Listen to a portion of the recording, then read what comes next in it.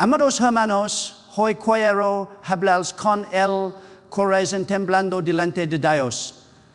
No vengo a acusar, no vengo a destruir. Vengo a despertar porque verdades que no nacen de la comodidad, sino del dolor de un espíritu que ora. Por agos hemos escuchado. Tu diezmo estás robando a Dios. Muchos han vivido bajo culpa, miedo, vergüenza, pensando que lo bendición se compra como si el favor de Dios tuviera precio. Pero escuchen bien, si damos por obligación eso, no es adoración, es religión. Why todo lo que no es de fe, la Biblia dice es pecado. Dios no cuida tu dinero, Él cuida tu corazón. Dios no dice una transacción, Él dice una relación. El diezmo nunca fue deseado para convertirse en un sistema de manipulación espiritual. Cuando Jesús murió en la cruz, no deja un recibo de una invitación a dar por amor, no por ley, a sembrar con gozo, no con miedo, a honrar con libertad, no con presión.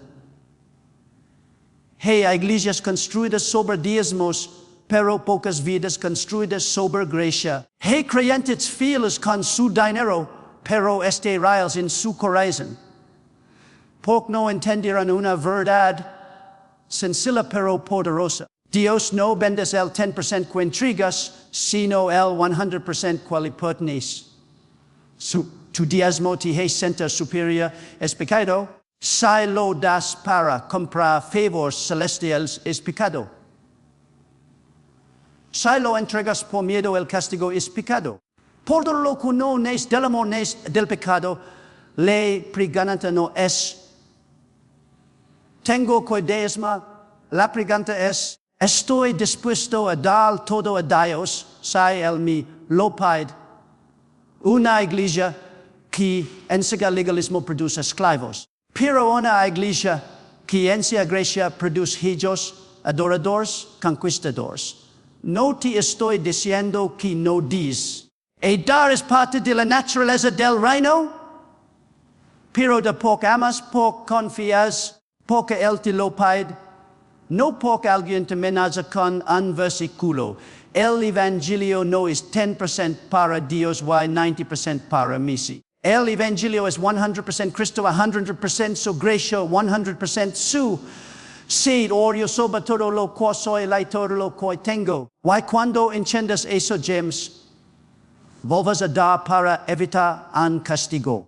Darás porque estás enamorado de cuidado todo por ti.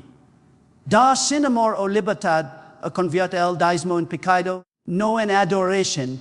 Esta verdad puede sonar dura, pero es profundamente bíblica y espiritualmente necesaria. Cuando lo que entregamos deja de ser fruto del amor, y pasa a ser fruto del miedo, la presión o la manipulación, ya no estamos ofreciendo una ofrenda, sino sacrificando nuestra libertad. El diezmo fue decidido originalmente como un acto de honor, un gesto voluntario que nace del reconocimiento de que Dios es el proveedor. Sin embargo, cuando la iglesia o el creyente lo transforma en una obligación inquebrantable que define la espiritualidad de una persona, entonces es acto, aunque sea religioso, pierde su esencia espiritual. La adoración no es lo que haces por obligación, sino lo que haces por amor. Dios no está viendo la cantidad, está viendo la fuente. Él no contempla lo que entregas con tus manos, sino lo que está pasando dentro de tu corazón. Puedes dar grandes cantidades, ser enriquecido por el cielo, por el reino no se mueve por transacciones, sino por transformaciones. El problema no es el diezmo, es sino el espíritu con el que es encida y se practica. Si lo das pensando que hace Dios te protege, te prospera o te acepta, has convertido la ofrenda en un amuleto espiritual. Why eso es idolatria disfrazada de obediencia. La Biblia dice que sin fe es imposible agradar a Dios. También dice que todo lo que no proviene de fe es pecado. Si das sin fe, das en pecado. Si tu motivación es la culpa, la presión o el miedo, entonces no estás adorando, estás negociando. En muchos lugares, el diezmo se utiliza como un sistema de control emocional. Si das, Dios te bendice. Si no das, Dios te castiga. Pero no es el Evangelio de Jesús. Él nunca dijo, paga para que te ame, sino cree para que vivas. Jesús no establecía porcentajes, establecía relaciones.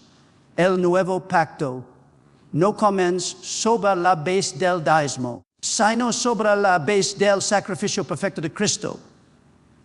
Una ofrenda que nace de la libertad tiene valor eterno. Una ofrenda que nace de la prisión es solo matemática sin espíritu.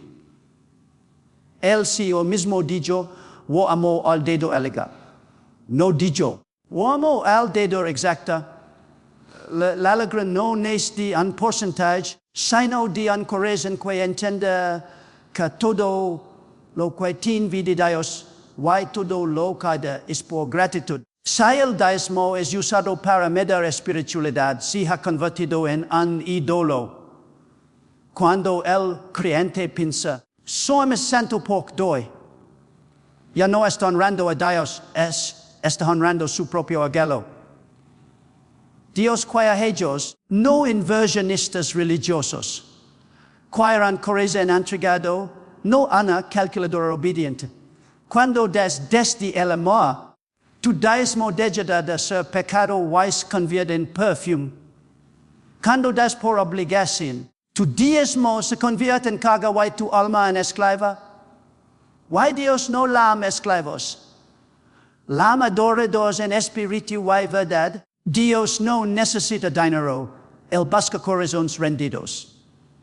Esa es una verdad sencilla, pero muchos cristianos la han olvidado. A lo largo de la historia, la religión ha intentado convencer a los judíos, está interesado en sus recursos, en sus ofrendas, en sus sacrificios materiales, como si él fuera un contador celestial esperando que los miros cadran. Pero el Dios de la Biblia es el Dios del oro y plata. No necesita lo que está en nuestras manos, decir lo que está en nuestra alma. Él crea el universo sin pedir un préstamo. Él sostiene la vida sin cobrar impuestos. Cuando pide algo, no es porque le falte, es porque hay formanos. Dios mira lo que el dinero revela, no el dinero en sí. Nuestro dinero no revela que tenemos, revela que gobierna nuestro corazón. Hay personas que dan mucho tienen el corazón lejos de Dios. Hay personas con poco que entregan todo porque su amor es auténtico. Eso fue lo que Jesús enseñó cuando vio a la viuda entregar 2 monedas. Los fariseos daban grandes cantidades, pero su corazón era orgulloso y frío. La viuda dio poco, pero lo dio todo. Y Jesús dijo, él dio más que todos. No hablen hermanos de cantidad, sino de entrega.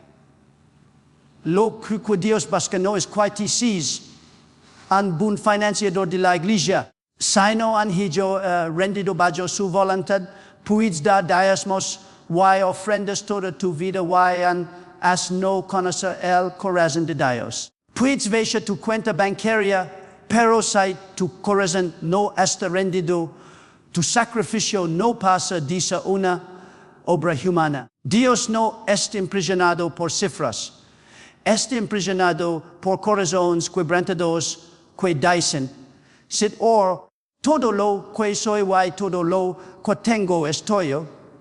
Eso, brendas no es perder, es entregar el control. Es decir, no dependo de mi esfuerzo, dependo de tu gracia. No dependo de mi dinero, dependo de tu provisión. Cuando han corazón este rendido, ya no da con miedo ni da para manipular a Dios.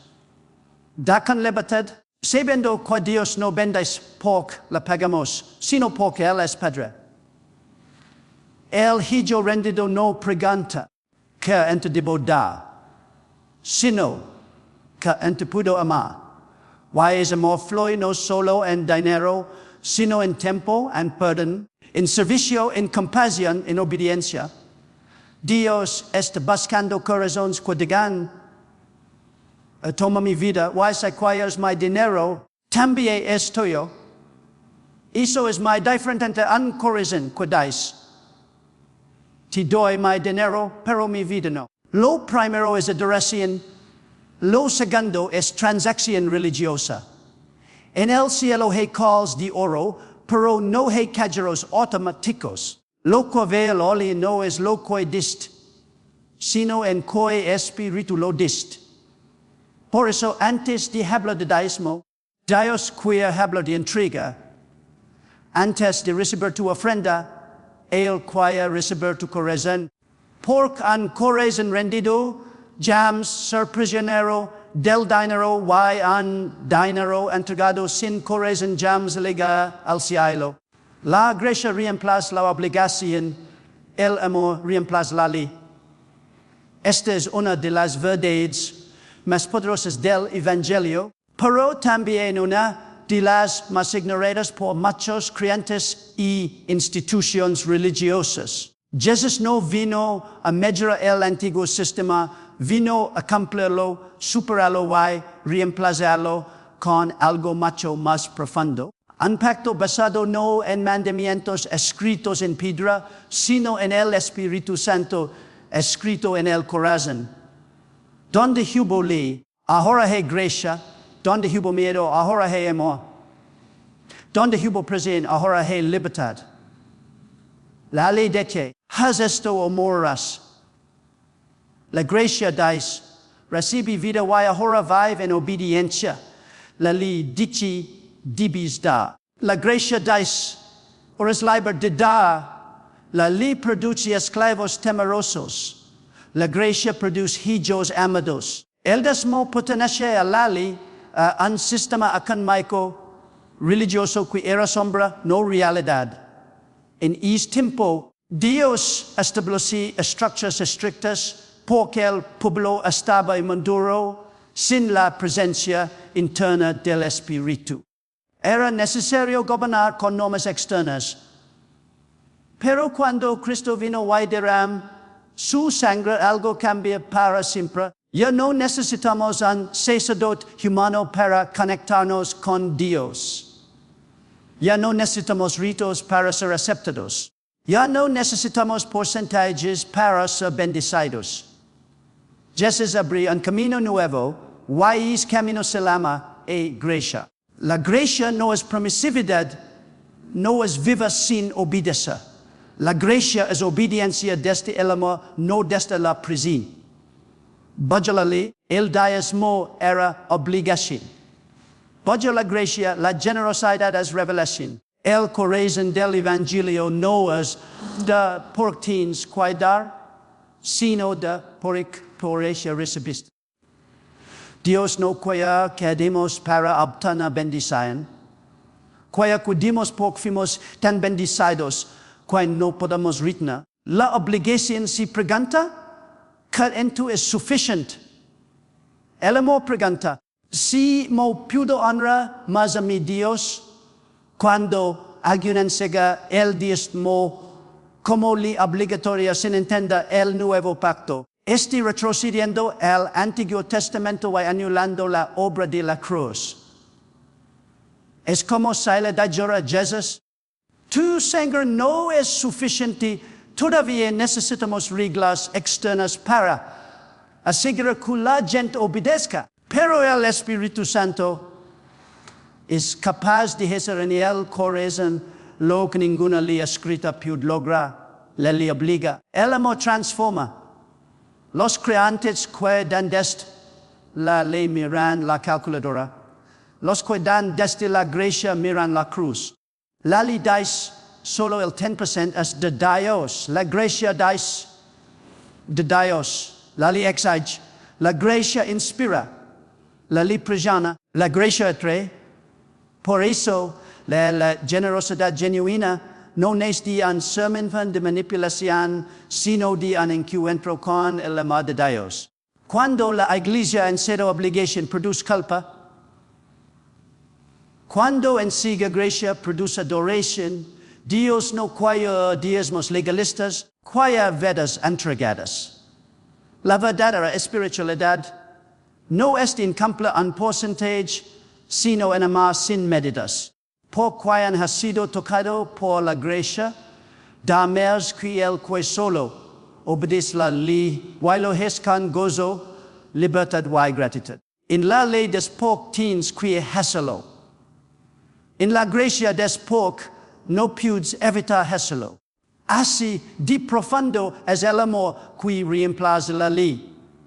Jesús no murió para exigir porcentaje, sino para transformar la vida entera.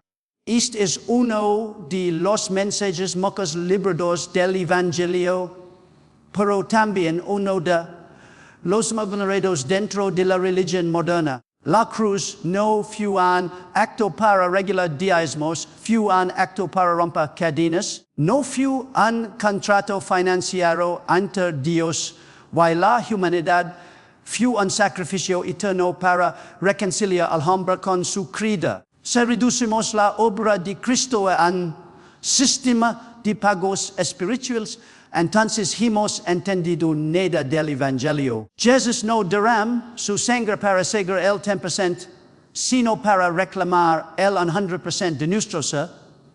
La ley exigía un porcentaje. La cruz exige entrega total. La ley dice, cumple la regla. La cruz dice, sigue Jesús. El problema no es dar o no dar, sino que muchos han sido endos a creer que la ofrenda es el centro de la vida cristiana, cuando el verdadero centro es la transformación del corazón.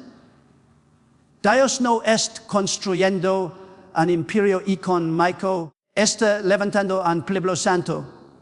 Él no está contando tus billets, está formando tu carta. Why si una persona puede dar dinero sin dar su vida, su ofrenda nunca será aceptada por el cielo. Cuando Jesús llama a sus discípulos, no les pedía un recibo.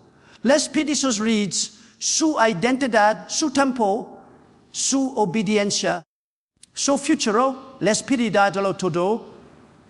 La invitación de Cristo no fue, seguim, why no olvides tu diezmo. Sino, seguimi, why te haré pescador de hombres. Da dinero sin dar la vida es la mentira más frecuente del cristianismo moderno. Hey, quienes creen que su responsabilidad financiera los justifica, why les da derecho a vivir como quieran. Pero Jesús no murió por porcentajes, murió por personas. No murió para que tengamos hábitos religiosos, sino para que tengamos una vida completamente nueva. La religión dice, Dios está satisfecho de lo que corresponde. El Evangelio dice, Dios cuida tu corazón, tu mente, tu alma y tu fuerza. Hay iglesias controladas por dinero, pero vach as de poder. Hay cristianos disciplinados para diezmar, pero sin pasan por hora, sin compasión por el perdido, sin hambre de santidad. La razón es simple, el corazón nunca fue transformado, solo fue entrenado para cumplir. Pero Dios no cuida cumplimiento, cuida conversión. Cuida que la cruz se vuelva el centro de nuestra motivación, no la ley del diezmo. Jesús no vino a formar donadores, vino a formar discípulos. El verdadero discípulo no le pertenece a Dios solo un porcentaje, sino todos los días en todo aspecto. Si damos pero no perdonamos, sembramos dinero pero no sembramos amor. Si sostenemos el templo pero descuidamos el templo interior, entonces no hemos entendido la cruz. Cuando Cristo transforma tu vida, no necesitas reglamentos para ser generoso, porque hemos servido tu nueva naturaleza. No das para cumplir. Das porque tu corazón ahora está lleno. Why esa transformación? No en porcentaje, es la verdadera señal de un encuentro real con Jesús. Dar por miedo produce esclavos, dar por amor produce hijos. Esa simple frase revela el contraste entre dos reinos y el reino de la religión, while el reino de Dios. Uno levanta siervos que obedecen bajo prisión, el otro levanta hijos, corresponden desde el amor. La diferencia no está en el acto de dar, sino en las motivaciones de la entrega. Porque dar, incluso generosamente, no significa nada si el corazón está esclavizado. El tema puede empujar a una persona a ofrecer dinero, pero solo el amor puede convertir esa ofrenda en adoración. Durante años, muchos predicadores han usado el miedo para motivar las finanzas. Se amenaza con maldiciones, con el devorador, con la pérdida de protección, con la falta de bendiciones, como si Dios fuera un cobrador celestial. Este tipo de enseñanza no forma creyentes sanos, forma esclavos religiosos. Personas que dan dinero como cuando una duda o evita un castigo. Personas que nunca experimentan gozo en su generosidad. Solo alivio por no haber fallado, pero esa no es la voluntad de Dios. El Padre Celestial no cuida regímenes espirituales, cuida hijos libres. Un esclavo se pregunta, ¿qué pasa si no doy? Un hijo pregunta, ¿qué puedo darle a mi padre que me lo ha dado todo? Un esclavo siente prisión, un hijo siente gratitud. Un esclavo de para ser aceptado, un hijo de porque ya fue aceptado. La diferencia es enorme y completamente transformadora. Lo que cambia no es la cantidad, sino el espíritu. La Biblia dice que el perfecto amor echa fuera el temor. Eso significa que mientras tengas miedo, no estás dando desde el amor, estás dando desde el tierra la culpa o la manipulación. Why Dios no recibe ese tipo de ofrenda con agrado? Porque Dios no puede ser comprado. Él no premia transacciones, Él honra relaciones. Cuando das desde el miedo, te sientes obligado. Cuando das desde el amor, te sientes privilegiado. El tema te es sentir duo de lo que entregas. El amor te es sentir administrador de lo que nunca fue tuyo. El tema limita, el amor expande. El temor exige lo melvinimo para cuidar en paz. El amor busca lo máximo para honrar al Padre. El hijo generoso no necesita que nadie le recuerde porque su corazón ya está rendido. No da por calendario, debe por revelación. No da por obligación, de por pasión. La generosidad verdadera no comienza con la billetera, comienza con el corazón. Por eso Jesús dijo, donde esté tu tesoro, allí está tu corazón. No estaba diciendo que tu tesoro determina tu corazón, sino que tu corazón determina a quién pertenece tu tesoro. En el reino de Dios, dar no es una estrategia financiera, es una expresión de identidad. Un hijo da porque se parece al Padre. Why el Padre es dador por naturaleza, porque de tal manera amamos al mundo que dio, no por miedo, sino por amor. Cuando damos de la misma manera, demostramos que no somos esclavos. Somos hijos. Why es el mayor milagro de la gracia? La verdadera pregunta no es cuánto das, sino si tu vida pertenece a Cristo. Ese es el punto central del Evangelio, el filtro que expone nuestras motivaciones.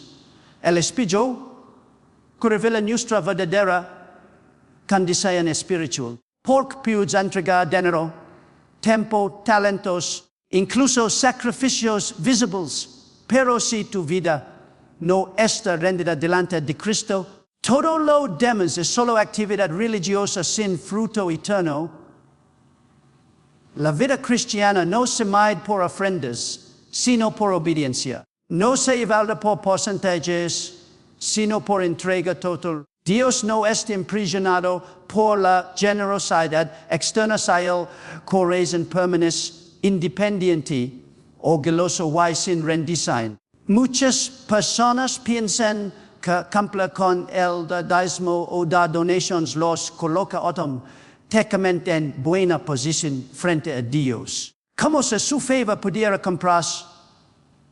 ¿Cómo su presencia ganara con transacciones? Pero Cristo nunca pide dinero a sus discípulos para aceptarlos. Él pide su vida. Les digo, si alguno quiere venir en pos de mí, niegue a sí mismo, tome su cruz y sigue. La invitación no fue entreguen su diezmo, sino entreguen por completo. Eso cambia todo. El Evangelio no demanda simplemente algo que tenemos, sino todo lo que somos. Cuando la iglesia enseña, mes sobre dinero, que sobre rendición, está produciendo ofrendadores, pero no discípulos. Personas que pueden dar generosamente, pero siguen viviendo bajo su propia voluntad. Personas que diezman fielmente, pero no oran, no perdonan, no obedecen, no aman, no sirven, no escuchan. De que sirve entregar una parte tus ingresos si tu car quitar, tus decisions, y tu vida siguen sin pertenecer a Cristo. El verdadero dar es de un corazón gobernado por Jesús. No se basa en porcentaje, sino en obediencia. A veces darlo, que Dios pide no ser dinero, será perdonar a alguien te hiere, soltar un orgullo, renunciar al pecado, dejar una relación tóxica, entregar tu tiempo, reconciliar con tu familia, render tus planes y deseos. Eso también es ofrenda. Y muchas veces es más costoso que el dinero. Porque dinero puedes volver a ganar, pero render tu voluntad requiere morir yo. Por eso la pregunta nunca es, ¿qué en tu estoy dando? ¿Quién es el sí o de mi vida? Si Jesús no es el dueño de tu corazón, ningún tipo de generosidad produce fruto espiritual. Puedes impresionar a las personas, pero no puedes engañar a Dios. Él mira mejor del acto. Él mira la motivación, la entrega, la renuncia, el fuego interno. Cuando tu vida pertenece completamente a Cristo, da se vuelve natural, no forzado. Ya no preguntas que en tu es lo mínimo que debo entregar, sino si mo puedo honrar más a Dios. Ya no piensas en dinero como piedra, sino como siembra. Yo no das con miedo, sino con gozo. Ya no vives reteniendo, sino liberando. Porque sabes que todo lo que eres y todo lo que tienes le pertenece al Rey. Al final, Dios no está buscando una iglesia rica en finanzas, sino una iglesia rica en entrega, obediencia, santidad y amor. Dar dinero puede ser parte de la vida cristiana, pero jam ser el centro. El centro siempre es ser Cristo. La verdadera pregunta nunca será el 10%, sino el 100%. Nunca será que no te pongo en el altar, sino estoy yo sobre el altar. Porque una vida rendida vale más que 1000 ofrendas.